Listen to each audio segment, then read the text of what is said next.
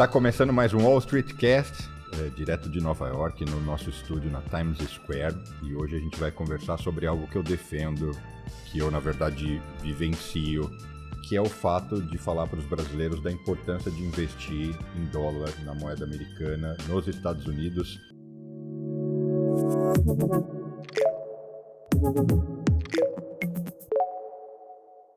E para isso eu tenho dois grandes convidados aqui. O primeiro, que é um cara que eu já assisto há muito tempo. Eu nem sei se ele se classifica como influenciador, mas para mim ele é um grande influenciador, é um cara diferenciado. Até aqui no meu roteiro escreveram: receba um expert com mais de 25 anos de experiência de mercado financeiro, atendendo clientes institucionais de corretoras dentro e fora do Brasil. Ele também dá aula, especialmente relacionado a investimentos no exterior. Sabe tudo de análise macro e dólar. E ele mora em Miami. Ele já morou aqui, mas infelizmente ele foi para Miami. Senão a gente já teria se conhecido pessoalmente muito antes. E veio aqui especialmente para bater esse papo com a gente. Fábio Fares, muito bem-vindo. Muito obrigado, Bruno, Danilo. Prazer conhecer vocês. Eu agradeço o convite. E como eu falei no Instagram 2 dias atrás, voltar para casa é sempre bom, né? Porque, querendo ou não, foram mais de 10 anos em Nova York, então eu me sinto em casa aqui. Eu tava com saudades desse clima nova-iorquino. Quem sabe você volte de vez e a gente vai poder se encontrar com mais frequência. Nova York é um lugar que a gente tem boas lembranças, a minha família, a gente foi muito feliz aqui. É uma cidade que, para poucos, né? Porque é uma cidade muito agressiva, muito corrida, mas é o mundo. Então, assim, puta, nada contra Miami, mas Nova York é imbatível.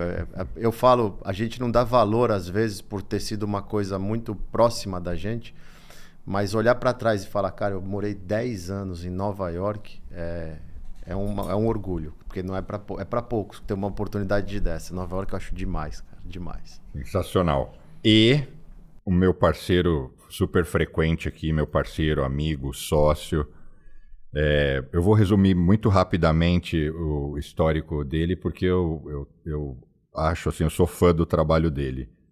Ele fez engenharia na USP, foi trabalhar na McKinsey, que todo mundo sabe que é o emprego aí de desejo dos formandos das melhores universidades. Foi fazer MBA em Columbia, aqui em Nova York, resolveu ficar, foi para a McKinsey aqui em Nova York, foi trabalhar em grandes fundos, montou o fundo dele e hoje ele me atura como um amigo que sai para pedalar, que fica criticando as gestões e as finanças. Danilo, muito bem-vindo. Danilo Santiago. Muito obrigado. O homem sem Instagram. Exato, isso. E carne de vaca aqui, né, no show do Bruno. Então, enfim. O Danilo, sei lá, 2 anos atrás, que eu ficava falando, olha esses videocasts, olha esse cara, ele vende curso, não sei o quê, tal. O Danilo é tipo assim, esse mundo pra ele não existe, não conhecia.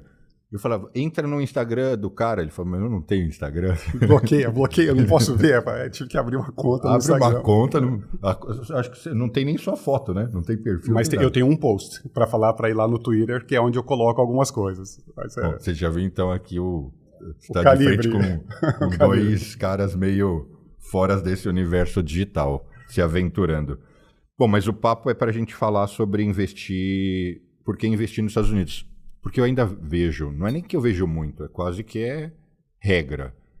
Sei lá, eu não tenho esse dado, né? Mas eu acredito que a cada 1.000 brasileiros, 998 dizem assim, nunca pensei em investir lá e nunca passou pela minha cabeça. E ainda assim, se a gente fosse fatiar isso, provavelmente muita gente vê isso como uma ameaça, o dinheiro não está aqui, que no fundo é tudo o oposto, né? Mas você concorda que a maioria não vê isso como algo atingível, super simples? Eu prefiro dar um passo para trás. Primeiro que o brasileiro agora está criando o conceito de investir. O brasileiro não tinha o conceito de investir. Ele se quer investir, mesmo que em reais. O brasileiro, a gente vem de uma cultura, e os nossos pais, os nossos avós, que não existia investimento na época deles, era tijolo e poupança. Era isso que o brasileiro estava acostumado, porque a gente tinha um cenário econômico de inflação fora do controle, uma moeda que da noite para o dia não valia nada. Eu tenho muito claro na minha cabeça, eu vou fazer 45 anos agora em janeiro. Na década de 80, a nossa diversão, entre aspas, eu morava em Manaus por causa do emprego do meu pai, era esperar ele chegar do trabalho às 5 da tarde, E aí a gente ia com ele no supermercado e no posto de gasolina, porque meia-noite virava todos os preços. Uma outra memória muito forte que eu tenho no supermercado é pegar um pacote com 13, 14 preços diferentes e aquele barulho de remarcação o tempo inteiro. E todo dia no jornal falavam disso. Então o brasileiro ele não tinha cultura de investir porque o dinheiro tinha que ser gasto muito rápido, senão perdia o valor. Isso foi mudando, Plano Real, que o ano que vem completa 30 anos, então somos um ecossistema jovem. E agora isso está começando. Por isso que esse processo inicial, ele é árduo, ele é difícil, porque você tem que fazer primeiro um convencimento. E se você for puxar na sua memória, quando a gente fala de investir no exterior, conta em dólar, o que lembra o brasileiro? Lavagem de dinheiro, político corrupto, jogador, as coisas que tinha o dinheiro fora escondido. As contas do Maluf ali, a conta do fulano aqui. Não era uma coisa que ele pensava como a gente sabe que é hoje. Espera, o mundo é globalizado. Eu hoje usufruo muito mais de coisas que eu conheço que são relacionadas ao dólar e eu não tenho essa capacidade de entender isso porque não está no meu dia a dia. Mas, por exemplo, o pão francês, ele está muito mais relacionado ao dólar do que qualquer coisa em real, porque o trigo é cotado em dólar. O cafezinho... E boa parte do trigo brasileiro é importado. Então, o cafezinho é cotado em dólar. Muita coisa do brasileiro, a hora que ele para fazer uma análise, ele vai perceber que está muito mais atrelado ao dólar. Só que a gente tem que trazer o processo da educação para eles entenderem. Então, começou primeiro, brasileiro, você precisa investir. Agora a gente tem uma inflação mais controlada, você precisa pensar no seu futuro. Se você olhar para os seus amigos, quantos deles não herdaram imóveis só? Não herda que nem aqui nos Estados Unidos uma conta, um pacote de investimento, um fundo, não. Era um imóvel. Tem um monte de amigo, meu pai faleceu, eu fiquei com 3 apartamentos, a minha irmã... E com retornos horríveis, né? Se você fizer a conta que ninguém faz. Fizer a conta de quanto aquilo retornou, foi um desastre. Porque na cabeça, meus pais falavam sempre isso, né? Tijolo eu sei o valor. E eu sei que está lá. Vai falar que, na época deles, o investimento no banco perdia valor às vezes. Porque a inflação ia lá, 1000% de inflação, rendeu quanto isso daqui? Então, já tem esse processo. E agora que o brasileiro começou a investir, tem toda a parte de educação de mostrar para ele o seguinte. Primeiro, quebrar os mitos de que investir fora é coisa para ricos, que não é. Que investir fora é ilegal e que é difícil, você não vê, vai sumir. Pelo contrário, é extremamente regulado, é tudo legal, tudo funciona. Só que isso leva tempo. E a missão, eu acho que eu tenho, você tem, com o trabalho que a gente vem fazendo, vários caras, o Bruno Perini, que eu trabalho com ele, vem fazendo, e alguns outros caras vem fazendo, é justamente essa, abrir portas. O Roberto Lee, quando fundou a Avenue, que foi um visionário há 5 anos atrás, ele já enxergava isso, a necessidade de ter moeda forte na carteira. Porque, querendo ou não, se você for pensar, eu vou te dar um número, que esse eu tenho fresco na cabeça. Nos últimos 10 anos, de 2013 a 2022, o real desvalorizou em média 10% ao ano. O dólar bateu o CDI, que é a referência para o brasileiro. Não, o CDI. O dólar, você podia ter quanto você quisesse no CDI. O dólar bateu o CDI nesses últimos 10 anos. Ou seja, o brasileiro pode até ter ganho dinheiro em real, multiplicado o patrimônio em real. Só que quando ele traz para a moeda global, que hoje a moeda de referência é o dólar, ele empobreceu. A Avenue surgiu com essa visão de vai estourar a demanda de brasileiros querendo investir e abrir conta fora? A missão do Lee foi internacionalizar os investimentos brasileiros, dando oportunidade para qualquer um. Porque a gente entende, eu estou aqui desde 2014, a gente entende que num cenário global, de consumo global, hoje o brasileiro é um consumidor global. Você não pode ser um investidor local. Ainda mais numa moeda que, por enquanto, mantidas as condições que a gente tem, a moeda ela oscila por 2 vetores, crescimento e inflação. Enquanto o Brasil crescer menos e com mais inflação, a moeda tende a se desvalorizar. Isso leva tempo. Então, que é o que já aconteceu nas últimas décadas e o que claramente deve seguir, pelo menos pelos próximos anos, já é um prognóstico fácil de ser feito, né? Sim, se tiver que apostar... mas agora vocês estão errados porque o dólar está se desvalorizando contra o real. Não, o dólar está se desvalorizando contra todas as moedas do mundo no movimento macro de rearranjo de risco, porque agora aqui vai cortar juros. Então, a gente é reagente, não é que nem o dólar que ele é agente, ele é precursor da coisa, ele é o carro abre alas, depois todo mundo reage. O Fed fala que vai subir juros, todo mundo tem que subir juros. O Fed fala, vou cortar juros, todo mundo tem que cortar juros. E o Brasil e os emergentes, que são países mais sensíveis, eles se antecipam. O Brasil sempre sobe juros antes ou corta juros antes, porque ele está sempre se antecipando ao ciclo de quem manda, que por enquanto é os Estados Unidos. Eu sei que a gente não pode cravar isso, porque não tem a China, os Estados Unidos mandam.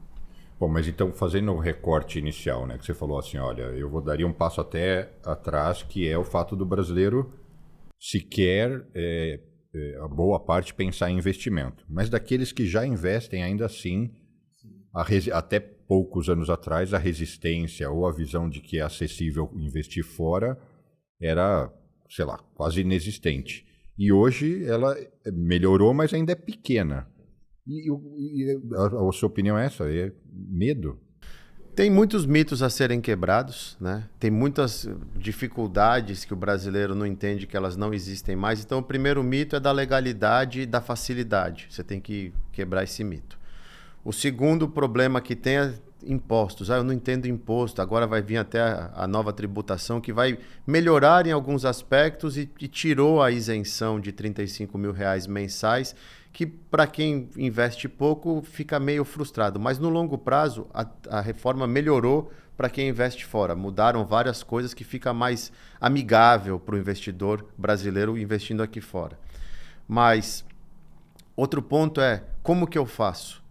E o inglês? Então hoje você tem como a Avenue, você tem o Inter, algumas outras corretoras brasileiras que te dão esse acesso em português, te ajudam com imposto de renda, é tudo customizado para o brasileiro. Então já você vai derrubando esses mitos, vai ficando fácil. O próximo passo é justamente o que eu tenho feito e alguns outros, é educar. É mostrar como é muito mais simples e eficiente você ter uma carteira de longo prazo, pensando em acumulação de patrimônio em moeda forte, do que você tentar fazer isso no Brasil, onde ainda é um mercado jovem, que o brasileiro não tem cultura de longo prazo. E a nossa bolsa, infelizmente, ainda ela não tem o longo prazo inerente nela, porque é uma bolsa jovem, com ativos novos ainda, uma volatilidade enorme. Isso é uma coisa que isso é muito, muito claro, né? Acho que tem duas coisas aí. Uma que também atrapalhou o brasileiro, se você já viu esse gráfico, eu te mostro várias vezes, que desde 94, ali, quando começou a estabilizar o plano real, o CDI multiplicou o dinheiro em termos reais do brasileiro em 11 vezes, enquanto a Bolsa, 4 vezes. Então o Brasil é o oposto do mundo. Enquanto os juros, o banco nos juros, o equivalente do CDI nos Estados Unidos, desde 94, deu menos 4% para o americano em termos reais. Ele perdeu dinheiro. Enquanto o brasileiro, deixando no CDI, multiplicou por 10. Então isso é muito ruim, né? Porque você fala, poxa, não preciso fazer nada e não preciso me educar financeiramente e consigo investir, né? Agora, uma outra coisa que aconteceu também é que é impressionante para mim como demorou para a tecnologia de se disseminar a ponto das pessoas lá do Brasil conseguirem investir aqui. Isso é uma coisa relativamente nova, né? Então vai demorar um tempo para o brasileiro aprender. A legislação está sendo atualizada. Sim. Isso é bom, né? Perfeito. O Brasil está reagindo bem. Agora é isso aí mesmo, precisa fazer todo esse trabalho de disseminação dessas facilidades. Algumas empresas vão fazer esse trabalho de tradução, só que aí vem um outro desafio. Aqui não dá para deixar no banco, né? E aí sim que tem... Então o brasileiro vai ter que fazer o movimento operacional de transformar parte dos seus recursos em dólar, e ele vai ter que aprender a investir aqui, porque aqui não existe o CDI, né? Então é sempre... Os comentários de vocês já me fizeram pensar em umas 300 perguntas que eu acho que a pessoa que está se familiarizando com esse universo teria. Então, antes de eu disparar várias tentando criar uma ordem, eu acho que a segunda pergunta seria o seguinte: qual que é o primeiro passo, Fábio? Qual que é o primeiro passo, tirando o lado... Porque eu vou conectar isso com o conhecimento, mas tirando o fato de investir em conhecimento, etc. Qual o primeiro passo para rumo a investir fora? É abrir uma conta num banco ou numa corretora? Nos dois, na sua opinião? Não, hoje o banco para investimento, o banco ele não é mais necessário. As corretoras elas são completas. Você não precisa mais, eu preciso ter uma conta em banco para investir. Não. Eu posso investir num banco que tem uma corretora, porque você precisa de acesso ao mercado. Os bancos te oferecem, como as corretoras também te oferecem, produtos de balcão, produtos que ela tem na prateleira dela para você investir. Porém, você quer investir nos ativos listados na bolsa, quando você pensa em investimentos no exterior. Você vai investir em ações, as estoques que estão listadas aqui na NYSE, na Nasdaq, ou até, aí eu não sei o quanto vocês sabem, para o brasileiro em si, é até melhor investir via Europa. Por causa do aspecto fiscal. Porque na Europa, o que acontece? Por causa lá de 2008, da Lehman, que está no quarteirão de cima, ter dado tudo aquilo que deu, sempre quando acontecem essas coisas, aparecem os tios da carteirada, aí vem os reguladores. Não, vamos regular, vamos... Estavam hibernando, aí quando dá a caca eles aparecem. Não, vamos lá fazer alguma coisa. Eles chegaram a um consenso de que europeu não poderia investir em alguns veículos aqui nos Estados Unidos e vice-versa. E um desses veículos são os ETFs. ETFs são fundos listados em bolsas, que são negociados como as ações, mas eles são cotas de fundos. Na sua maioria, fundos passivos, que seguem algum índice, algum nicho, algum setor, alguma região. Então, para o europeu poder investir nos ETFs, os reguladores europeus queriam que os gestores dos ETFs americanos traduzissem todos os prospectos, todas as regras, para a sua linguagem lá. E o cara olhou e falou, cara, vai ter quanto de fluxo isso? Quanto que eu vou gastar? Não vou listar. Só que como o mercado não deixa dinheiro na mesa, eles viram o seguinte, espera aí, na Europa existe um lugar chamado Irlanda, que é um paraíso fiscal. E a Irlanda tem vários acordos tributários eficientes com alguns países, inclusive com os Estados Unidos. Se eu, BlackRock, Vanguard, State Street, Fidelity, Schwab, abrir uma gestora na Irlanda, espelhar os ETFs que eu tenho nos Estados Unidos lá, fazendo o mesmo ETF, e listá-los nas bolsas americanas, os europeus vão poder investir neles, porque é a mesma coisa. E como a Irlanda tem acordo tributário com os Estados Unidos, até a carga de imposto sobre dividendo é tudo menor. Para o brasileiro que estava lá procurando, eu quero investir fora, pô, ter os Estados Unidos é muito bom, aí veio aquela bandeira, olha para a Irlanda.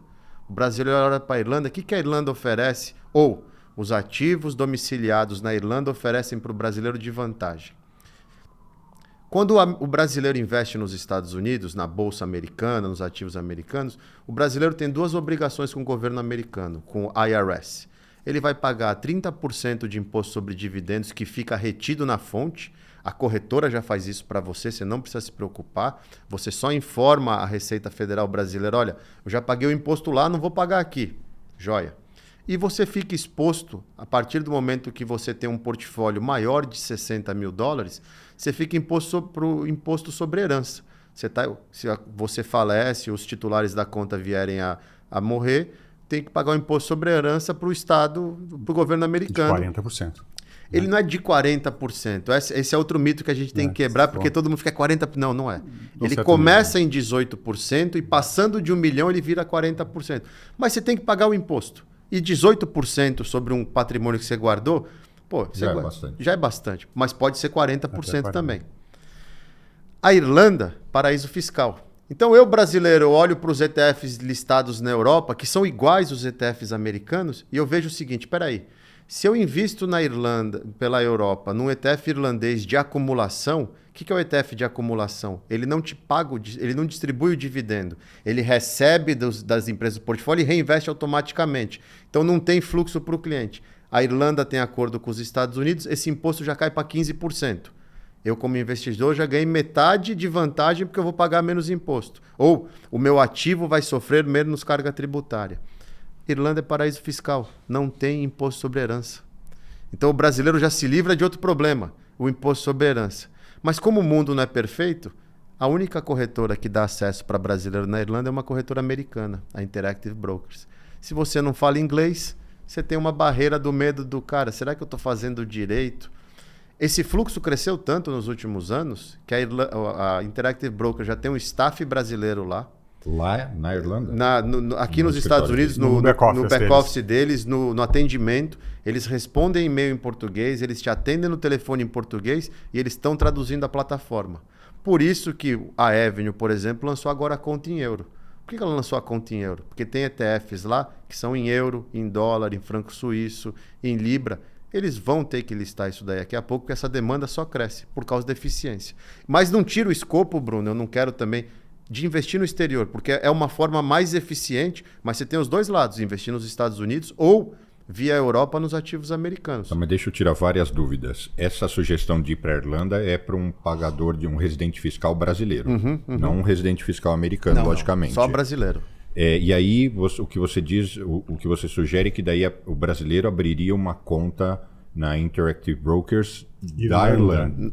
Qualquer Interactive Brokers. A Interactive Brokers é um hub global. Se eu abrir a conta aqui, eu já posso estender para lá? Você só não pode ser residente fiscal americano para acessar aquele mercado, porque é regulamentação Estados Unidos e Europa. Agora, você pode ser, como eu faço no meu curso.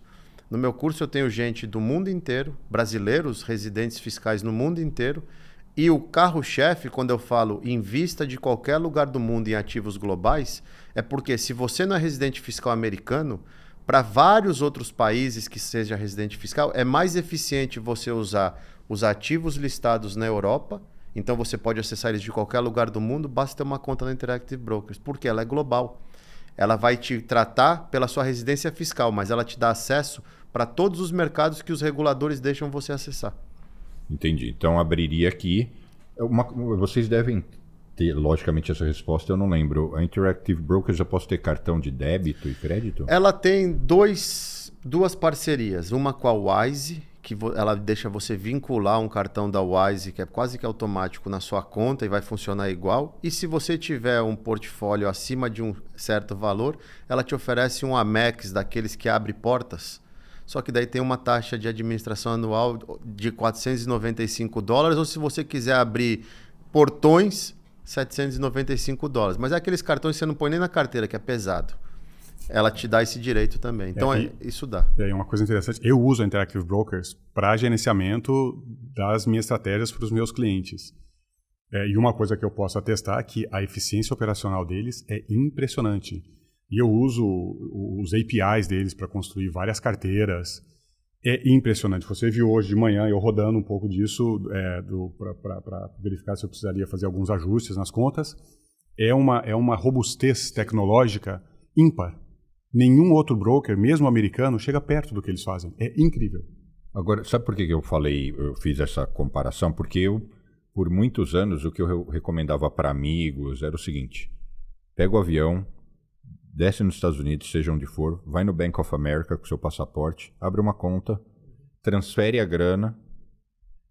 Por estar no Bank of America, você vai ter todos esses cacarecos bancários, cartão de débito, crédito, etc. Ou seja, mesmo você estando no Brasil, igual você usa o seu Visa do Itaú, você vai poder movimentar, porque a grande segurança do cara é, como é que eu uso o dinheiro? Toda vez eu vou ter que trazer de volta? Não, você vai pegar o cartão de crédito, em vez de ser o do Itaú, você vai pegar o do Bank of America e vida normal. Se quiser, você usa até só o dinheiro daqui, não de lá. E depois, para investir, aí você abre uma conta na IB e aí a gente vai chegar lá, né? Ou você vai ter que aprender ou você vai ter que contratar alguém. Mas mesmo para contratar alguém, eu acho que você tem que aprender. Aprender é essencial. Senão vão te passar a perna, né? Sim, não, e é aquela coisa. Isso funcionava e era o que todo mundo fazia quando queria ter um acesso ao exterior e não tinha como. Vem, abre a conta em banco, depois você vai ter acesso ao sistema todo, como não residente, tem restrições, mas tem um cartão de débito, tem uma conta em dólar, você pode usar, pode investir. Segundo passo, que daí foi onde o Lee foi o visionário, abre uma corretora. Porque muito brasileiro tinha só conta em banco. Ele abriu a corretora e traduziu tudo, eu faço tudo para você. Tanto que o slogan lá eu sou corretora de brasileiros feita para brasileiros. Porque eu sei suas dores, eu sei sua dor do imposto, eu sei sua dor da língua, eu sei sua dor da desconfiança de como eu vou gastar, então eu tenho cartão de débito, tem tudo isso. Ele foi matando as dores do brasileiro que queria internacionalizar. Agora, aberta essa via, agora começa a vir a solidificação e os extras, né? O cada vez mais acesso. E eles estão fazendo isso lá também. Mas, completando sobre a Interactive Brokers, que ela é em inglês. Por enquanto ela é em inglês. Ela é maior que o Itaú. Quando as pessoas ficam com medo, assim. Porque a primeira coisa que o brasileiro fica, a gente tem muito isso, é muito engraçado também. O brasileiro fica preocupado, meu dinheiro vai sumir?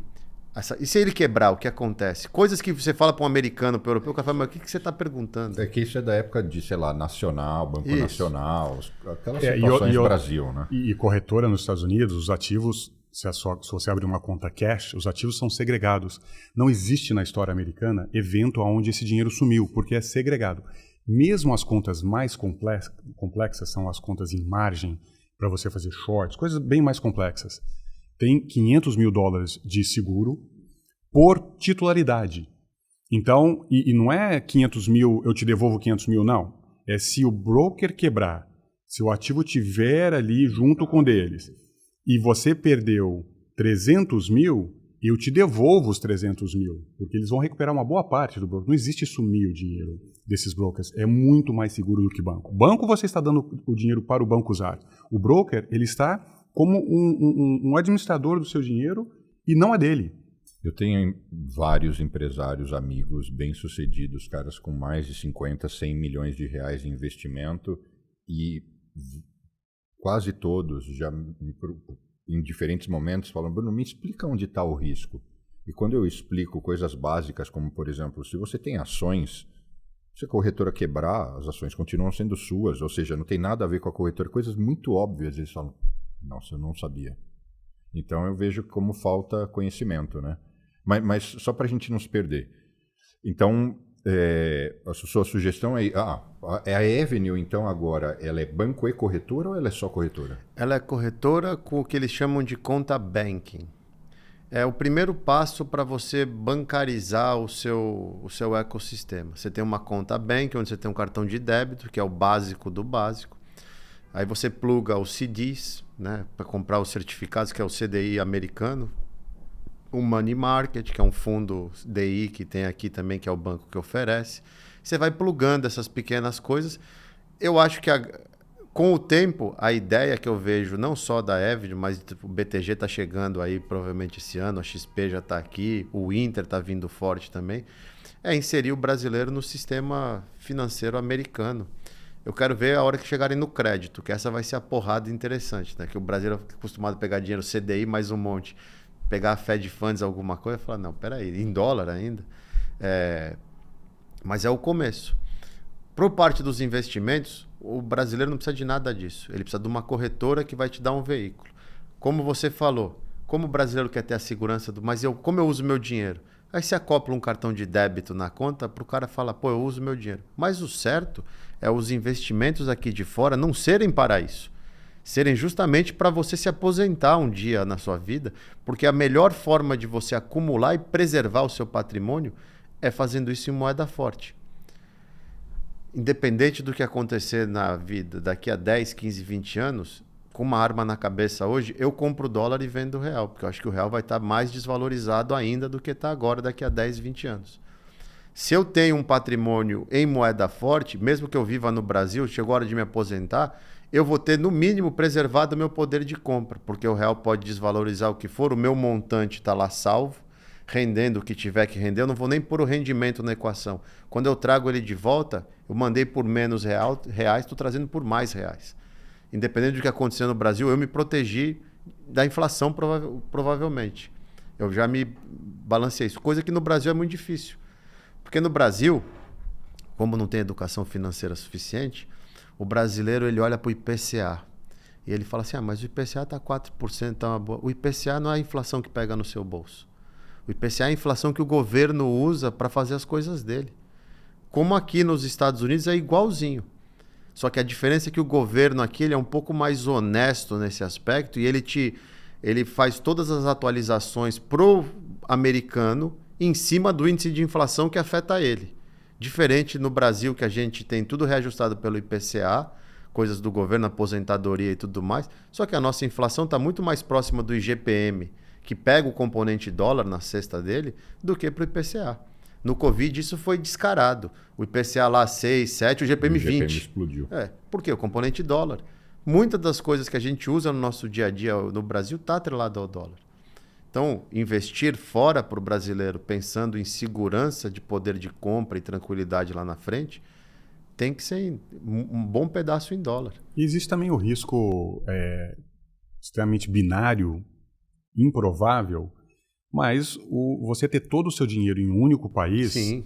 e que a política pode um dia se desestabilizar, eu não sei se o Brasil vira uma Venezuela, mas ele pode entrar num ciclo tipo Argentina, né? Uma coisa mais parecida com aquilo. O Brasil está muito bem, né? Fez a lição de casa desde o Plano Real, funcionou um monte de coisas ali, transição democrática, tudo funcionando. Mas sempre tem aquela dúvida que, poxa, e se isso virar alguma coisa meio estranha? E aí já não dá mais tempo, né, de colocar o dinheiro fora. Aí a moeda o dólar foi para 12, né, então fica extremamente custoso você fazer esse movimento num mega momento de crise. Como o argentino já não tem mais essa possibilidade. Tem até restrições, né? E como o cara da Venezuela também não tem essa possibilidade. E a Venezuela, quando eu comecei a trabalhar em banco, lá nos anos 90, a Venezuela, as empresas americanas tinham a sua sede na Venezuela, em Caracas ali. Era o local, porque era perto dos Estados Unidos, falava espanhol, pegava ali, fazia aquela meio de campo com o Brasil, e de repente aquilo degringolou rapidamente.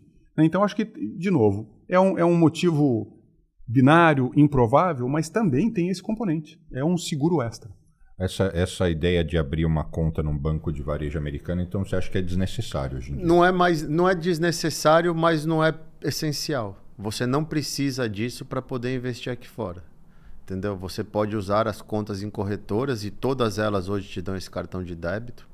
Você acaba tendo os mesmos benefícios que você teria um investidor comum tendo uma conta no Citi, no Bank of America. Então... A única vantagem de ter uma conta aqui no banco seria se você fosse ter uma vida ativa aqui fora. Para pagar coisas, pagar contas. Aí a conta do banco é necessária, mas para investimento, realmente, o broker tem tudo e é mais seguro. O seguro, inclusive, é maior do que o seguro que os bancos oferecem. É o dobro? Mais. Aqui eu acho que o banco é 150, né? Não, o banco é 250. 250 e está em a única coisa que o broker e o banco mantém igual em termos do seguro é que dos 500 mil até 250 mil em cash. O resto é ativos. Eu posso ter 500 mil em ativos de seguro, ou se eu tiver que usar para cash, eu só posso usar para 250 mil. Mas o que eu faço com os meus investidores, a hora que a conta deles, porque eu tenho estratégias, long short, enfim, até minha long only chega a ter bastante caixa em alguns momentos, quando ela passa de 5%, 10% do caixa do cliente, eu não deixo em caixa, eu compro um S-Gov da vida, um ETF, de renda fixa. Que ele é caixa, né? Mas ele se classifica como uma security. De fato, então ele sai desses 250 mil. Não. E outra coisa, né, Bruno? É uma coisa que quando o brasileiro chega aqui, e pode ser via Europa, pode ser aqui nos Estados Unidos, você olha para a Bolsa brasileira, a gente é um país muito forte no quê? Commodity, mercado financeiro, bancos, né? Energia, elétricas, que daí vem. E o que mais? Você tem muitos setores que são muito fragilizados pela economia. Você não consegue investir no varejo no Brasil, nas empresas de tecnologia, você não consegue investir nas construtoras, porque a Selic vai de 2 para 14, de 14 agora talvez venha para 8, 9, depois vai voltar para 16. Isso vai te matando. Quando você chega aqui nos Estados Unidos, você olha para uma bolsa com mais de 5 mil ações listadas. Você consegue investir, seja no setor de tecnologia inteiro, ou até naquela empresa de nanotecnologia que faz o fiozinho que liga o chip ao disjuntor. Você investe na empresa que você quiser. Você tem um ecossistema onde você consegue investir em tanta coisa e com tanta coisa do seu conhecimento. Porque é uma provocação que eu sempre faço para as pessoas. Você só investe no Brasil, tá? Mas por quê? Porque aqui eu conheço, eu confio. Tá bom, beleza. O que você conhece? Você conhece a Petro? Você conhece a Vale? Você conhece a Caixa Econômica Federal? Você conhece a CEMIG? Você conhece a Magazine Luiza? Conhecer. Porque você não conhece. Agora você quer apostar, você conhece a Apple. Você conhece a Microsoft. Você conhece a Google. Você conhece a Coca-Cola.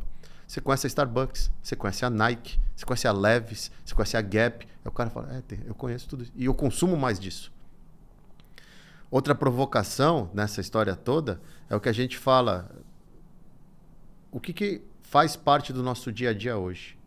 O que não faz parte do nosso dia a dia hoje? E quanto isso está atrelado ao que eu uso, ao que eu gasto e ao que eu recebo. iPhone. Todo mundo quer ter um iPhone, todo mundo tem um iPhone. O iPhone nos Estados Unidos, a gente teve a maior inflação dos últimos 40 anos no ano passado. Ele continua custando $1.000, o modelo de entrada é 999. No Brasil ele foi 3.000, 5.000, 8.000. É o mesmo telefone. Agora acho que está 11 ou 12 mil. Aí você fala, você entende o custo que você tem para ficar só no Brasil? Porque você não está ganhando na velocidade, você não está conseguindo fazer dinheiro na velocidade que os preços estão aumentando lá. Agora, se eu estou investido aqui, o meu $1.000 continua sendo $1.000. Ele não perdeu nenhum valor. Então você continua tendo poder de compra para comprar o seu iPhone. Eu não quero que você troque de iPhone todo ano, porque não precisa nem o iPhone troca todo ano. Ele só põe um número a mais, que não vem nada de novo. Mas você não perde o seu poder para poder comprar um iPhone todo ano se você quiser. E lá no Brasil, o que você fez em 3 anos para conseguir sair de 5.000 para comprar um iPhone de 11? Seu salário não subiu isso. Os seus investimentos não renderam isso. Então são todas essas pequenas coisas que a pessoa vai criando. É verdade, eu preciso pensar. E a porta está aberta hoje.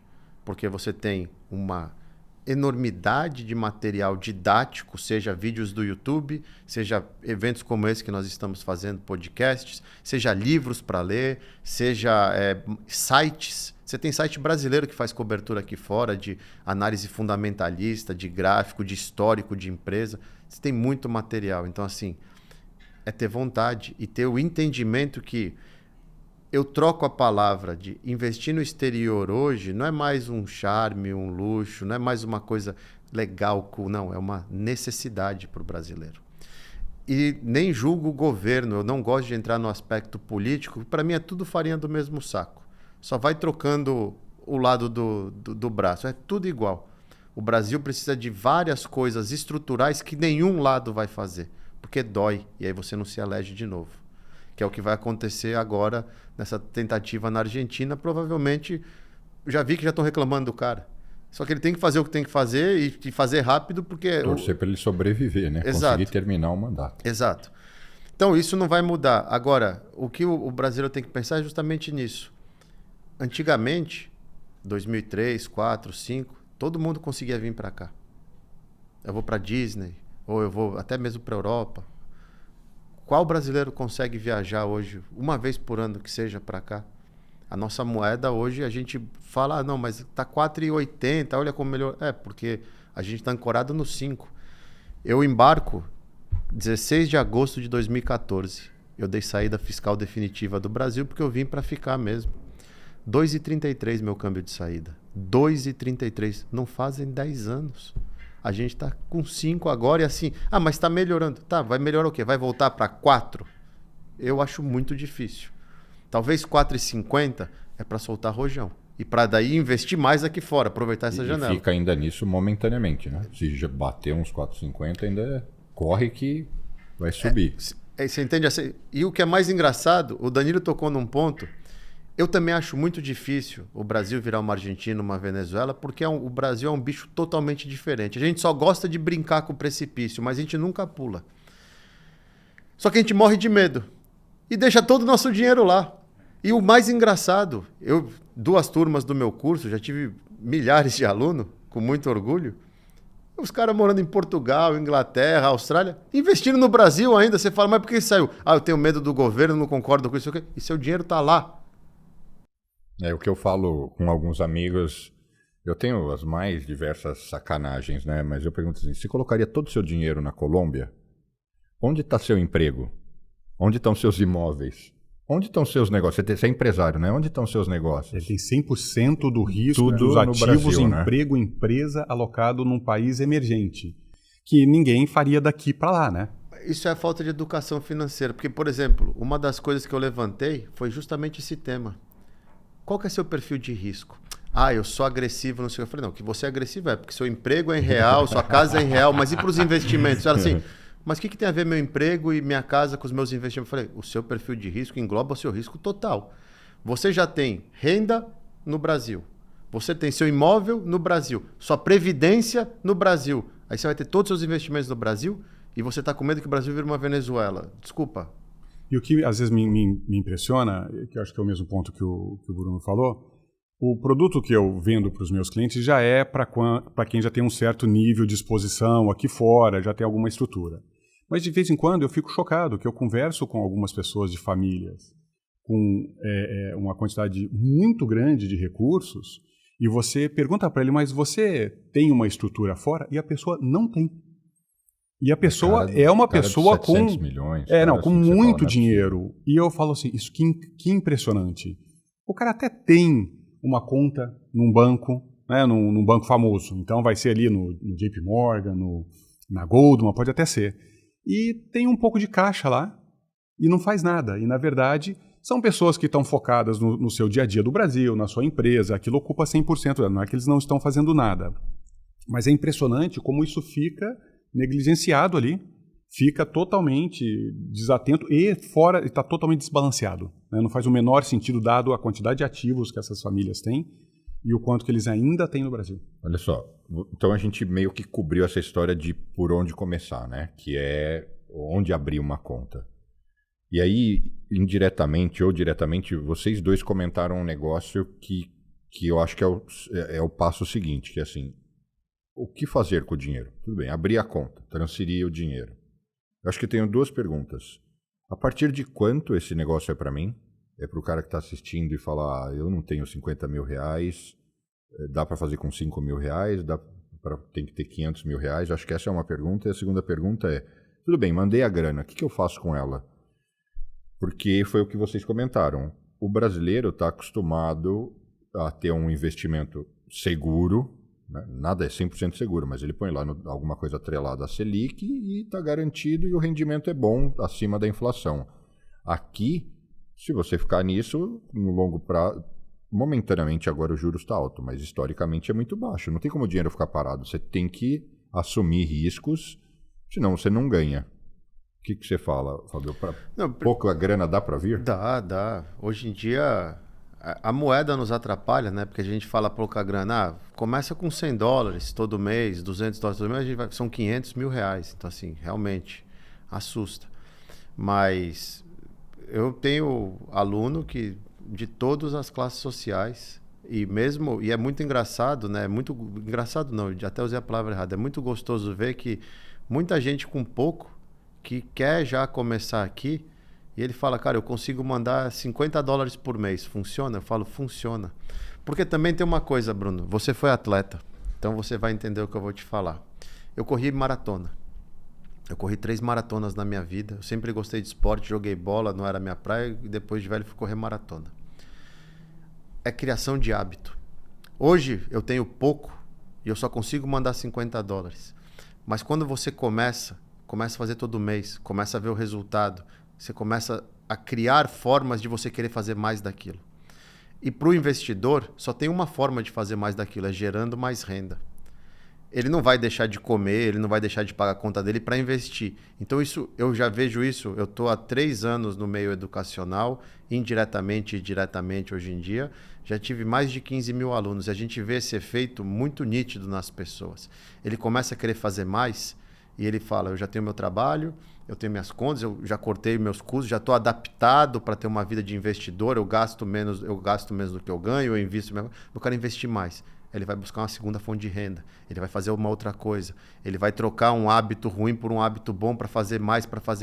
Então, para mim, começa com o que você pode, sabendo que é uma jornada. Porque a grande coisa que me trouxe para esse lado da educação financeira, eu tenho 25 anos de mercado.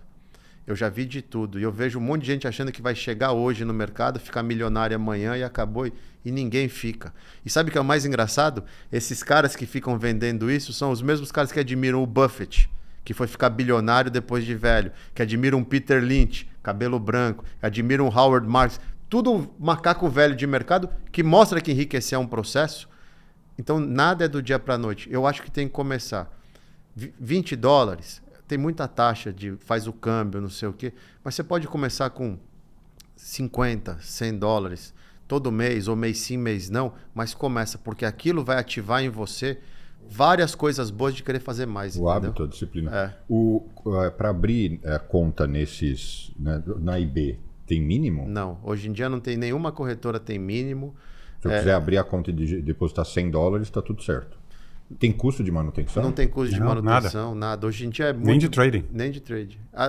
Nas corretoras brasileiras, algumas têm corretagem ainda, que é um modelo que eles vão ter que se adaptar, em algum momento isso deve morrer, mas a maioria das corretoras aqui fora, a IB para o brasileiro vai cobrar 35 centavos, às vezes 25 centavos para investir aqui fora, e na Irlanda chega a $1, $1,90. As minhas contas, porque você tem duas contas, né? A profissional, aonde ela paga mais no caixa que fica lá, então compensa para os meus investidores, dadas as estratégias. Mas eu pago por ação 1/3 de um centavo por trading, com mínimo de 35 centavos. Então, eu consigo gerenciar essas contas por trading, não. Por trading, por ação. Só que num ano inteiro, quando eu chego a fazer as contas, eu gastei 5 basis points, 10 vezes, ou seja, 0,05, 0,07 é muito para tradear o ano inteiro e ajustar as contas para que as estratégias estejam bem equilibradas. É muito pouco. E esse é o único custo que existe. É isso, não tem mais nada. Então, quem está assistindo, se a pessoa falar, nossa, eu tenho R$2.000, dá para ela abrir e começar. O tempo joga a favor. Quanto mais tempo você adia para, não, agora deixa eu primeiro ter condições de mandar $500, não sei o quê. O tempo que você está fazendo, começa com pouco. A gente teve casos, né, que o aluno falava, cara, eu consigo mandar X, é o que eu estou fazendo. Em vez de eu mandar 30 todo mês, eu mando 30, 60 no mês, espero, mando 60 no outro, para valer a pena a taxa de spread cambial, essas coisinhas, e vou investindo, Só que daí eu já percebi que, essas férias, em vez de fazer tal coisa, eu já comecei a fazer um bico aqui, vou ter uma comissão, aí, vai vir uma bolada de 400, eu vou conseguir mandar $200, e você vai vendo seu patrimônio crescendo, e você está investindo em coisas que tem volatilidade, mas tem muito mais estabilidade do que no Brasil. Eu lembro quando eu comecei nessa jornada, era a moda da Magazine Luiza. De Franca, eu sou de Franca. Todo mundo fala da Magazine Luiza, acho que ela estava R$80, aí chegou a 100 e poucos reais, tá 2. Quantas ações aqui fora você vê fazerem isso? Porque as que fazem isso aqui fora, o investidor brasileiro não tem nem acesso, porque é Pink Slip, é microcap e não está listada nas corretoras. Isso é coisa de quem já investe há muito tempo. Um ETF raramente vai cair 80, 90, a não ser que seja um ETF específico de uma coisa muito fora da curva. Agora, vou investir no mercado americano inteiro. Você compra um ativo, você tem o mercado americano inteiro. Ou eu vou comprar as principais ações do mundo. Você compra um ETF chamado VT, que é o Vanguard Total Market. São 10 mil ações num ativo. Numa transação, né? Isso é sensacional. Né? Um ativo na sua carteira, você tem exposição a 10 mil empresas do mundo todo em base neutra, respeitando o tamanho de cada mercado. Um ativo. E aqui nos Estados Unidos, para o investidor brasileiro, você não precisa comprar uma ação. Custa $90 uma ação dessa. Tá, quanto você consegue? Mínimo de $5, você manda a ordem no fracionário, você vai comprando frações dela. E é o mesmo custo que você vai ter do que comprar ação normal. Então, tudo aqui é feito para te estimular. E eu sou a favor de não se esperar ter... eu vou esperar ter 50, 100. Não consegue ter 50 todo mês? Junta e manda 50, mas começa. Eu falo, esse é o vício bom de ter. E a gente já viu, por base estatística, como a gente estava conversando antes do podcast, que gera na pessoa, os que ficam, a maioria acaba pegando gosto pela coisa. Eu tenho vários alunos. Então eu vou começar lá fora com 10%. Dá um ano. Fábio, eu posso ter 80% lá fora? Porque o cara pega gosto. É um mercado mais estável, é uma economia mais independente. Ele entende mais. Eu tive aluno no final do ano passado que, chegava com o estudo de NVIDIA quando o governo Biden canetou que não podia importar chip. O cara sabia de margem da empresa. Ele falava, isso está errado, eu vou comprar mais agora, o meu aporte vai ser todo em NVIDIA. Olha, deu no que deu. 400%, 200%, desculpa, no ano. Então você começa a ver porque fica mais simples para a pessoa estudar. O cara joga videogame o dia inteiro, desde pequeno, entende tudo, fala, NVIDIA faz o chip disso, faz o chip daquilo. O outro veio trazer a informação da Eli Lilly, das injeções lá do Ozempic, porque a tia faz. Tem muito mais conteúdo para se discutir, para deixar as pessoas... Porque são coisas que a gente está acostumado no dia a dia. Você quer falar sobre a extração de petróleo da Petro? ou da mineradora lá, o que a Vale e a CEMIG estão fazendo um acordo para importar para a China, ninguém entende disso. Não faz parte do nosso dia a dia. Então a gente acabou entrando nos produtos. O que você acha? Depois que o dinheiro está aqui, o que a pessoa deve... Vamos falar um pouco sobre isso. O que eu invisto, o que eu compro, como é que eu poderia estruturar a minha carteira? Eu acho que todo brasileiro que está começando deveria começar pelo mais simples, que são os ETFs. É o mais simples, é o mais seguro, entre aspas, porque está comprando um pool de ativos. Então, eu ensino muito isso no meu curso, eu ensino muito isso nas redes sociais, eu bato muito nisso. A gente precisa entender, eu não sei se o Danilo vai concordar comigo, que investir para o longo prazo, o arroz e feijão bem feito, ele vai te matar a fome o resto da vida. Você não precisa gourmetizar, inventar, fazer um monte de coisa. Não, eu vou investir agora na tese do urânio, agora é a tese do hidrogênio verde que está na moda, agora não, eu vou investir na tese da cannabis. Não, arroz e feijão. Boas empresas, bons setores, boas regiões, que são comprovados estatisticamente. Pô, o VT, que foi lançado em 2008, ele te dá um retorno médio anual de 7%. E você está comprando o PIB global, porque ele é praticamente o PIB global. O S&P, que é o grande erro das pessoas, é achar que vai bater o S&P. O S&P não foi feito para ser vencido, ele foi feito para ser acompanhado. Como que você quer bater nas 500 maiores empresas americanas que ditam o ritmo do mundo? Você não vai bater nelas. Agora, vamos surfar junto? O S&P nos últimos 20 anos te deu 11,5% ao ano de rendimento bruto. É ir no básico. Pô, eu não entendo de tecnologia para saber qual que vai ser o próximo nicho. Compra o setor todo pelo Nasdaq. É um ETF, você vai ter as 100 principais empresas. Pô, cybersecurity é o tema, porque segurança da internet, a internet tem que crescer. Eu não sei que empresa é boa ou não. Compra o setor todo via um ETF. O criador dos ETFs, o John Bogle, ele tem uma frase brilhante para isso. Eu uso sempre. Eu não preciso achar agulha no palheiro. Eu levo o palheiro para casa. Se a agulha está lá, eu vou me dar bem igual, entendeu?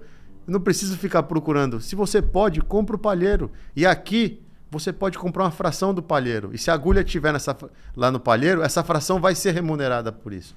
Então, eu sou totalmente a favor do brasileiro, inclusive porque investir não é uma coisa que você tem que ficar olhando todo dia. Você não tem que fazer... É diferente. O que o Danilo faz, ele faz gestão de patrimônio focado em uma coisa.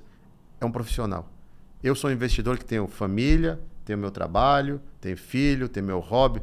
O investimento tem que trabalhar comigo. Eu não tenho que trabalhar para o meu investimento. Então, ETFs, na minha cabeça, é a via mais simples de você ter bons retornos, menos trabalho do dia a dia, porque o ETF ele já faz uma gestão passiva para você, e com custos baixos, porque a taxa de administração do ETF, um fundo, quando você fala um fundo listado, o cara fala, pô, mas 2% com 20% de performance? Não. Um ETF vai ter 0,05, 0,10, 0,20 de taxa de administração anual e não tem taxa de performance. E bons? Você é contra ou a favor? Você acha que serviria para quem? Eu sou contra a renda fixa se você está investindo fora e você não é extremamente conservador ou tem um objetivo de curto prazo. O americano não investe. A minha avó americana faleceu com 96 anos em 2019. Até os seus 80 e pouco, ela tinha um portfólio 60-40. 60 renda variável, 40 renda fixa. O americano, essa história da inflação, o brasileiro não entende que o americano compra a bolsa para se proteger da inflação. Ele não compra título de renda fixa, o TIPS da vida. O americano nem entende por que lançaram o TIPS. O ano passado, quando deu aquele pico de inflação em julho, que bateu 9%, você entrava no Tesouro Direto americano para tentar comprar o título, deu crash no sistema, porque tanta gente querendo ver aquilo, porque primeira vez na vida que olharam, pô, mas estava 9% o negócio que a turma está acostumada a ver por 2%. E já morreu. Americano, tem inflação? Compra consumo básico, compra utilities, compra healthcare. É porque as empresas repassam o preço para o consumidor. Então, a ação é uma proteção, tem uma proteção natural contra inflação. E isso o americano entende. Entende. Porque ele nasceu assim. Mas isso explicar para um brasileiro assim, não então, é mas tem simples. aquela parte que eu falei no começo, que o CDI deseducou o brasileiro. Ele não precisou. Então, nos últimos 30 anos, venceu o cara que deixou o dinheiro no CDI versus quem ficou ali na bolsa tentando investir. Isso é muito anormal. Nos Estados Unidos, é obviamente o oposto. Aqui você deixando o dinheiro no banco, ele simplesmente mal chegou a te dar inflação e no longo prazo, na verdade, você perdeu por causa dos últimos anos. Então eles tiveram que se treinar a investir em ações. E eu concordo 100% com o que você falou, que para quem está começando é o ETF mesmo. Esse instrumento é novo, né, relativamente no sistema. Ele tem o quê? Uns 15, 20 anos de mais atividade? E é o uso correto da tecnologia.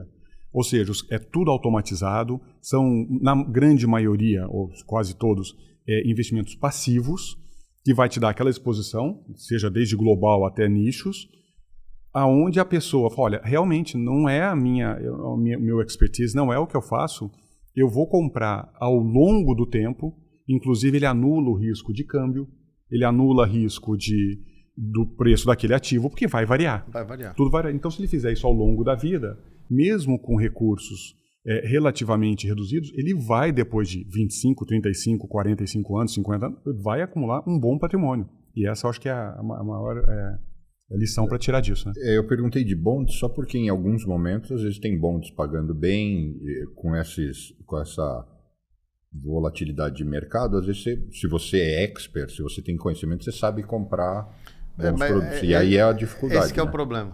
É o conhecimento. É a mesma coisa.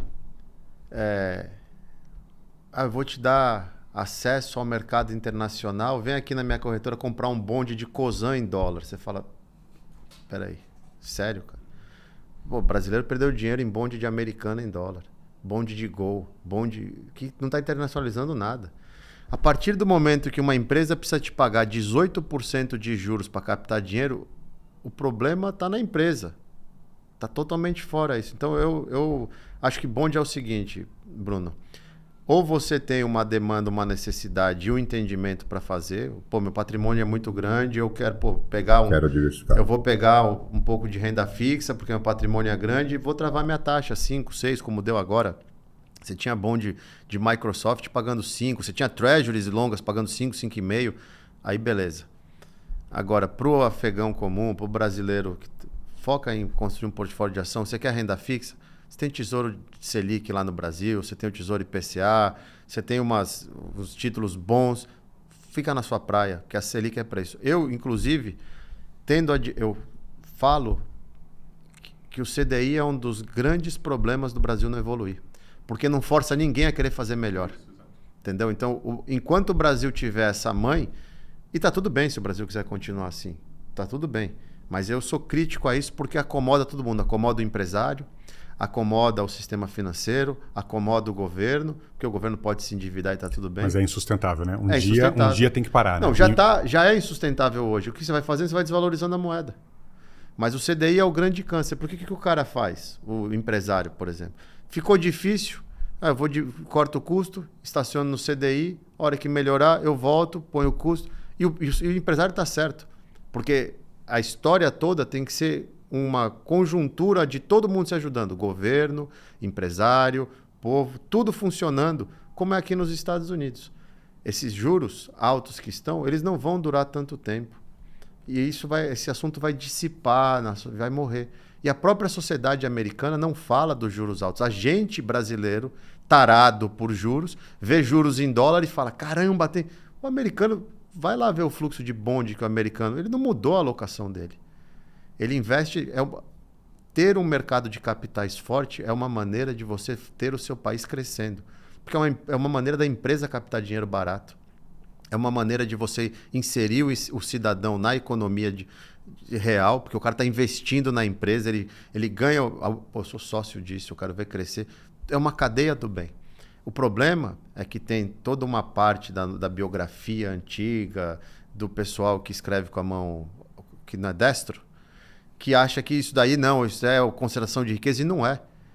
A democracia e o mercado de capitais funcionando, todo mundo ganha. A desigualdade, ela sempre vai existir. Só que a pobreza e a miséria, elas tendem cada vez mais a diminuir quando você tem o capitalismo evoluindo. Quanto mais forte for o capitalismo e ele depende de um mercado de capitais forte, melhor é para toda a cadeia. É o que eu falo aqui dos Estados Unidos. Esse país tem desigualdade. Só que a classe baixa americana, na sua grande maioria, tem uma casa, tem um carro, tem acesso à educação, tem serviços básicos, tem esgoto, saneamento, essas coisas. O cara tem dignidade. Então ele já não é revoltado ao acordar todo dia, porque ele dorme num teto. Ele tem um filho na escola. Filho na escola, como a gente estava conversando no podcast.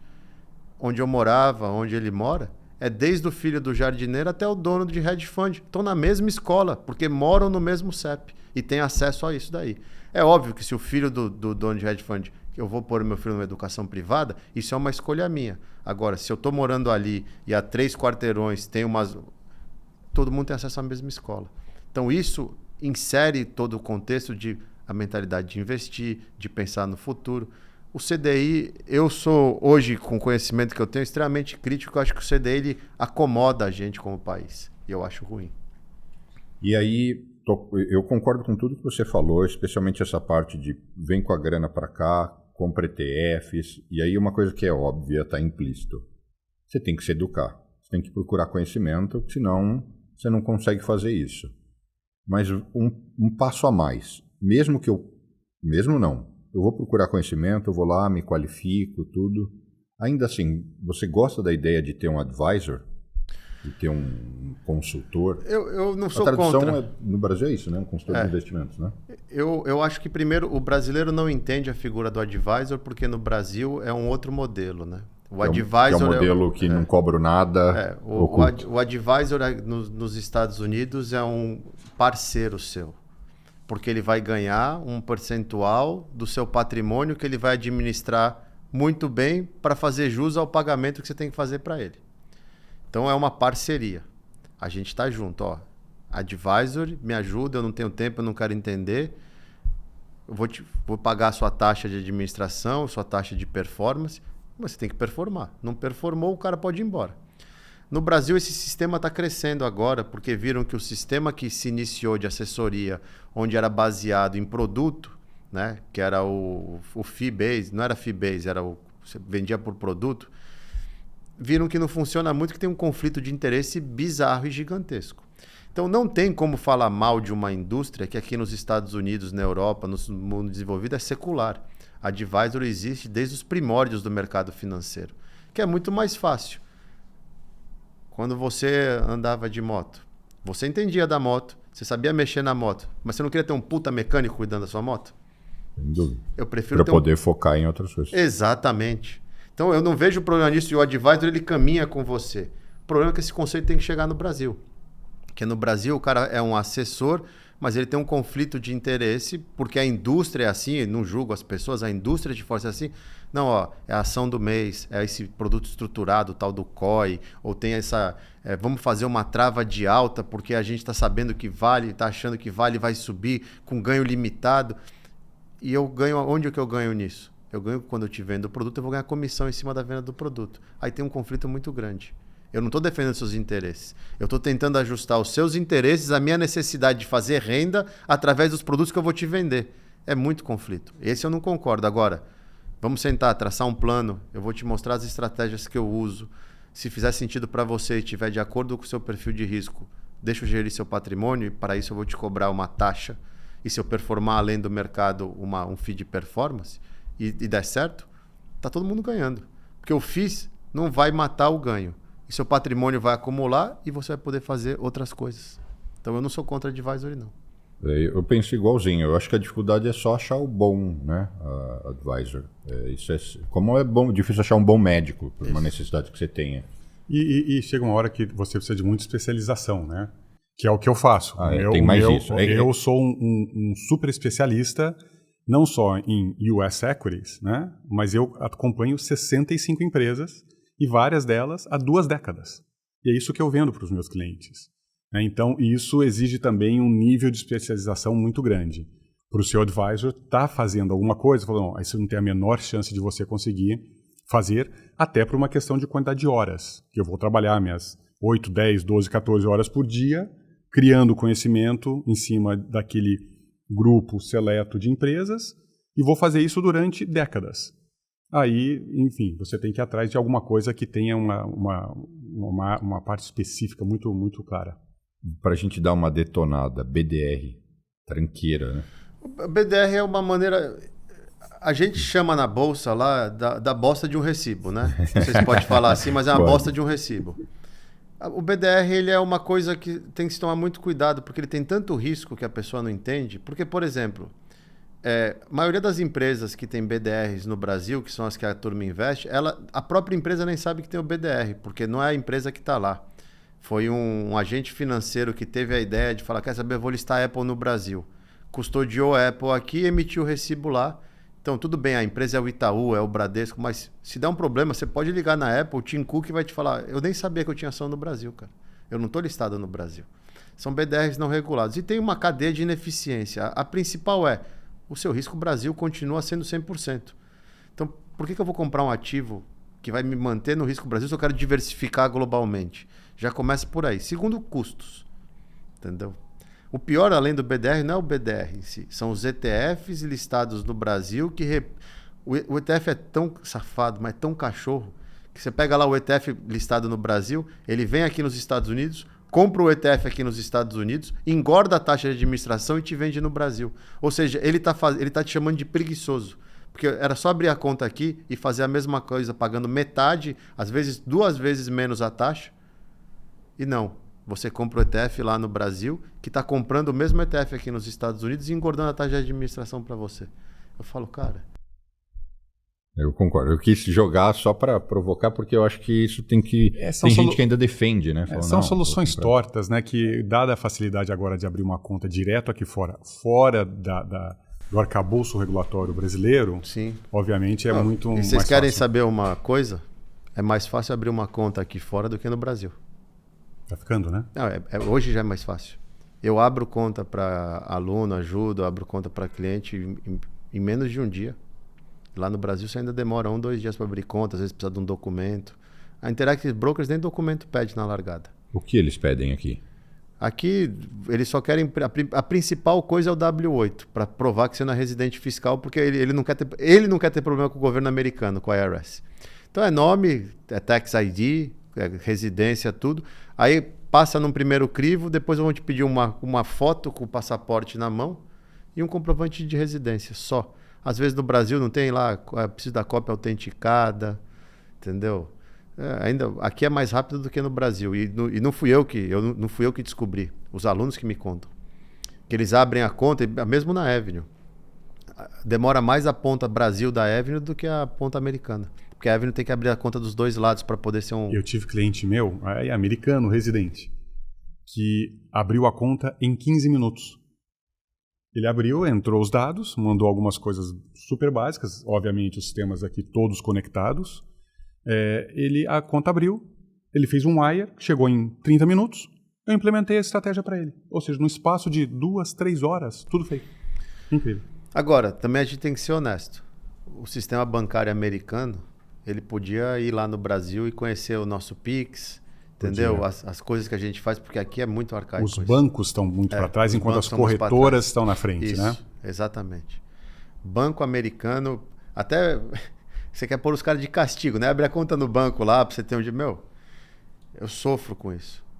Eu pago a conta, não sai do aplicativo. Você fala assim, mas será que eu paguei? Porque deu a confirmação, mas o dinheiro está aqui, a conta não está lá. E você vai lá no banco assim, não, 2 dias você fala, moça, a gente está em 2023. É bizarro. O Brasil, que vocês falam que é um país de terceiro mundo, isso daí liquida em segundos. Fora essa mania de pedir para pagar as contas com cheque. Tem coisa que aqui só com cheque, né? Cheque. Não tem outra opção. Não tem. O cara fala, não, você me manda um cheque. Eu não quero mandar cheque, eu não quero ter que levar no correio. É bem bizarro. Agora, em parte, é porque aqui eles nunca tiveram os surtos inflacionários que a gente teve. Então, o Brasil se profissionalizou. Quando eu vim para cá em 99, e eu fui, então, abrir conta, né, no Citi, etc., só para você entrar no website deles era horrível. Existia, mas os brasileiros já estavam na frente, com mais funcionalidades, o desenho muito melhor, muito mais profissional, e eles aqui engatinhando com tudo. E aí você via também como eram os boletos de cobrança, que aonde o cara te dava em algumas contas de telefone, luz, gás, você tinha 60 dias para pagar. Porque os caras nunca tiveram inflação galopante, entendeu? Então, era assim, você manda o cheque, chega lá, o cara processa em algum local. Isso ainda existe aqui. Incrível.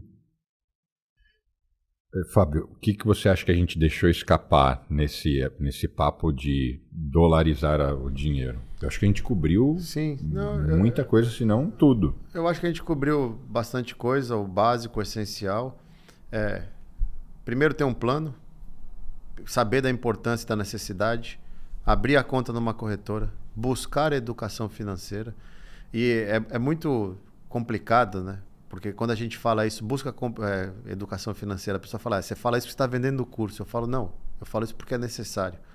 Você não precisa comprar meu curso, você tem um monte de conteúdo gratuito no YouTube. Só que é o que eu aprendi na vida e eu faço curso até hoje. Estou fazendo 3 cursos agora ao mesmo tempo, online.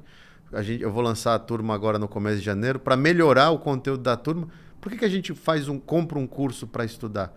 Porque tudo aquilo que eu tenho que ficar buscando mastigado em um monte de lugar, eu vou ter condensado numa sequência lógica e dado por um expert. Então ele vai o tempo que eu vou ganhar consumindo aquilo, eu ia gastar em pesquisa, para juntar tudo, para depois fazer a lógica. Então eu falo para as pessoas, esquece que eu tenho curso, mas busca educação. Você quer ler? Tem vários livros, tem vários vídeos no YouTube, tem várias pessoas que vendem cursos, se você quiser ir nesse caminho, mas se educa. Por quê? Porque dinheiro é uma coisa que gera muita emoção dentro da gente. E quando você faz coisas com o seu dinheiro que você não sabe o que está acontecendo, vai fazer mal para você no todo. Se você não entendeu que você mandou o dinheiro, ele sai pelo Banco Central, e você não precisa saber detalhes, mas saber, é seguro, está no meu nome. Se eu gritar amanhã e quiser meu dinheiro de volta, ele volta. Para trazer de volta é só fazer o câmbio e vai cair na minha conta em 2 dias. Se você não entender tudo isso, você nunca vai ter paz. E você já tem uma vida corrida, cheia de coisas. Você vai adicionar esse inferno? Não. Então aprende o fluxo da coisa, tem um plano e começa. O que eu tenho de experiência nesses 3 anos é que é o vício do bem. As pessoas, eu não tive até hoje, graças a Deus, um que virou para mim e falou, eu não invisto mais lá. É só assim, se eu tiver uns 80%, 90% lá errado, eu quero ter só minha reserva de emergência no Brasil. Porque, puta, é tão mais fácil, é tão mais assim, as plataformas aqui são muito mais evoluídas. Então o cara fala assim, mas os Estados Unidos pagam dividendo, eu quero reinvestir. Deixa automático lá, ativa que vai fazer isso para você. Faz isso para mim? Faz. Você clica ali, chama Dividend Reinvestment Program, DRIP. Só ativa. Então eu não preciso fazer nada? Você não precisa fazer nada, cara. Deixa tudo lá. Quer pôr recorrência de ordem? Põe recorrência de ordem. Coisas que eu tenho certeza que no Brasil vão chegar daqui a uns anos, porque a plataforma não tem 10 anos no Brasil ainda, né? É tudo muito jovem. Então isso vai chegar. Mas aqui ele tem uma gama de facilidades, só que precisa de educação. Danilo. Eu acho que é sempre reforçando que o melhor modo de aprender tem essa parte da educação inicial necessária, mas vai e faça. Abra uma conta, execute, mesmo que seja com pouco dinheiro. Porque nada melhor do que a prática para aprender. Eu estudei um monte, nunca gostei, né? Tipo, brigava com o professor, aquela coisa toda, porque me irritava a parte só teórica, sem prática. Não, mas eu estou estudando aqui engenharia, mas que hora que nós vamos aprender a construir coisas mesmo? E muitas vezes você termina a parte de cursos que não aprendia nada prático, né? Então, para aprender, tem que fazer. Vai lá, abra a conta, aprenda, mande um pouco de dinheiro, retorne o dinheiro para ficar tranquilo. Poxa, é esse o processo? Aprenda e aí passe a deixar a parte do seu dinheiro fora, aí já de um modo muito mais profissional, muito mais condizente com o seu longo prazo. Sabe que é uma coisa que eu faço, né? Porque eu tinha esse mesmo problema na escola e eu faço isso no curso. Desde o primeiro dia do curso eu provoco todos os alunos. Eu quero que você termine o curso no mínimo com um rascunho do que vai ser seu portfólio, porque eu quero dar um palpite. E daí o cara vai... Puta, eu quero um palpite do cara. Eu quero um palpite dele. Ele falou que vai dar um palpite. Então, nas últimas 2 semanas do curso, eu fico assim, horas durante o dia, dando palpite na cara. Eles começam, professor, rascunhei aqui, o que o senhor acha? E eu falo para os caras, meu palpite não vale nada. O que para mim mais valeu foi você ter feito um rascunho. Porque você agora, você já pôs alguma coisa que você aprendeu, você pôs em prática. E você se forçou, pode não ter nem acabado de ver todo o conteúdo, mas você falou, eu preciso montar alguma coisa que eu quero pegar um palpite aqui. Te forçou a colocar em prática. Agora você vai pegar tudo que você colocou em prática e continua. Porque eu também achava um inferno. Aprendi um monte de coisa, mas saí sem fazer nada, cara. E aí? como que eu faço? Não, então eu falo, ó, quem fizer e me mandar um rascunho nas perguntas, eu vou dar um palpite. Maravilha. Quero agradecer muito por vocês terem vindo. Danilo já é de casa, mas você, Fábio, Carne de vaca total. pegou o avião, veio para cá. Muitíssimo obrigado. Não vamos terminar sem você deixar as redes, as mídias sociais que você quer que as pessoas te acompanhem. Perfeito. Eu sou presente no Instagram, né? Eu uso o Twitter mais para me informar do que para fazer conteúdo. Eu acho, infelizmente, o Twitter virou uma plataforma meio... O X, né? Meio, muito pulverizada. Eu uso o Instagram. Meu Instagram é @FábioFares, com S no final, e um underline. Eu não consegui pegar meu nome normal, então tive que pôr um underlinezinho lá. Quem quiser me segue. E é lá. Eu estou todo dia respondendo pergunta. Faço isso já há 2 anos. Eu abro uma caixinha praticamente todo dia, respondo pergunta, para ajudar o brasileiro a quebrar os seus mitos de por que não investir fora e muito focado em investimento no exterior. E eu te sigo e digo, vale a pena, porque sempre tem um monte de perguntas que fazem que são legais, especialmente sobre esse mundo dos ETFs. Eu que não acompanho ETFs intensamente, né? Ali eu consigo ter um overview muito legal, muitas vezes várias informações bacanas. Muito obrigado, obrigado. Obrigado pelo convite também, pô, um prazer vir aqui, gravar o podcast, visitar Nova York aqui, pô, o pessoal tá vendo o estúdio, mas você não sabe a vista que tem aqui, entendeu? Coração de Times Square, inclusive, quem quiser vir no ano novo, ele vai estar renting aqui o espaço, porque a bola cai aqui do lado e não tem frio da rua, entendeu?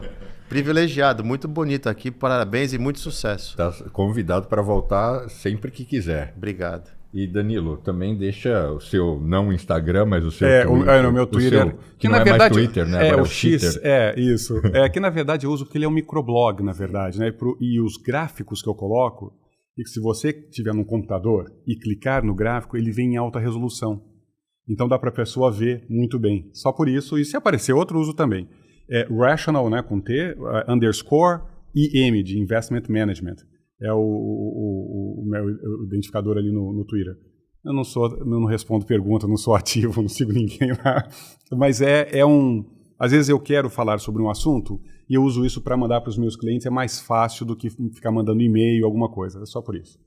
Bom, e para quem quiser acompanhar as minhas postagens, eu sou muito ativo no Instagram, @BrunoCorano. E eu também publico os episódios do Wall Street Cast dentro do meu canal do YouTube, que também é Bruno Corano. Estou em todas as outras redes. E a semana que vem a gente está junto aqui de novo. E mais uma vez, muitíssimo obrigado, senhores. E obrigado para você também que acompanhou até aqui.